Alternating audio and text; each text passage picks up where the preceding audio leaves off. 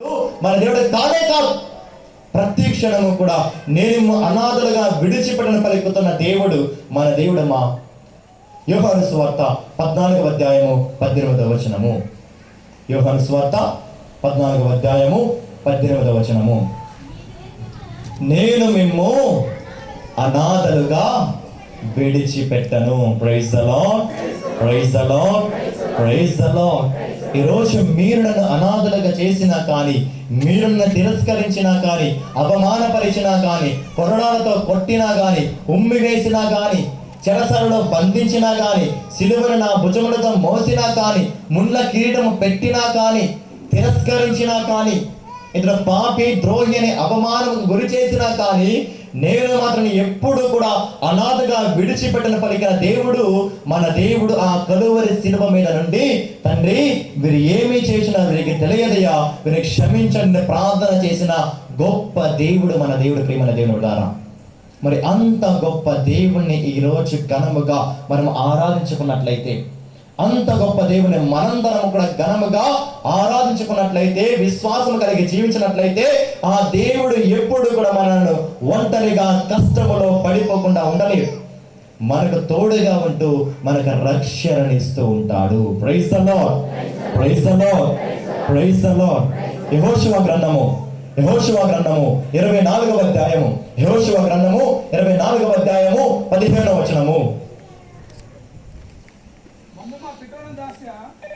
మమ్ము మా పితరులను దాస్య గృహమైన ఐగుప్తు నుండి. యెహోషువ గ్రంథము 24వ అధ్యాయము 15వ వచనము. నేనును కానీ మీరు యావేను పూజింపనొల్లనిచో మరి ఎవరిని పూజింపగోరుదరో నేడే నిర్ణయించుకొనుడు. మీ పితరుడు యూఫ్రటీసు నది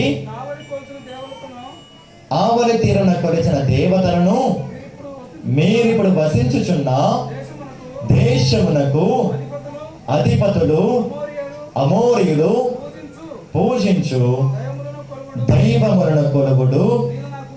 నేను నా కుటుంబమును మాత్రము యావేను మాత్రమే ఆరాధింతుము. Praise the lord, praise the lord, praise the lord. యెహోషువ గారు అంటున్నారు, మీరు ఎవరిని పూజిస్తారో మీరే నిర్ణయించుకోండి, మీరు ఎవరిని ఆరాధిస్తారో మీరే నిర్ణయించుకోండి, కానీ నేను నా కుటుంబం మాత్రము ఆ దేవుని మాత్రమే ఆరాధిస్తాం, ఆ దేవుని మాత్రమే కనపరుస్తాం. ఎందుకంటే ఆ దేవుడు మా కుటుంబంలో, మా జీవితంలో ఎన్నో మేలులు చేసి ఉన్నాడు, ఎన్నో గొప్ప కార్యలు చేసి ఉన్నాడు, ఎన్నో అద్భుత కార్యలు చేసి ఉన్నాడు.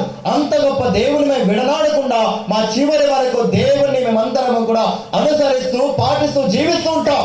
ఈరోజు మీ ఇష్టం మీరు ఏ దేవుని కొలుస్తారో, ఈరోజు మీ ఇష్టం ఏ దేవుని ఆరాధిస్తారో, కానీ నేను నా కుటుంబం మాత్రము నా దేవుణ్ణి మాత్రమే ఆరాధిస్తాను అని ప్రకటన చేస్తూ ఉన్నాడు, ప్రచారం చేస్తూ ఉన్నాడు ఈ యెహోషువ గారు.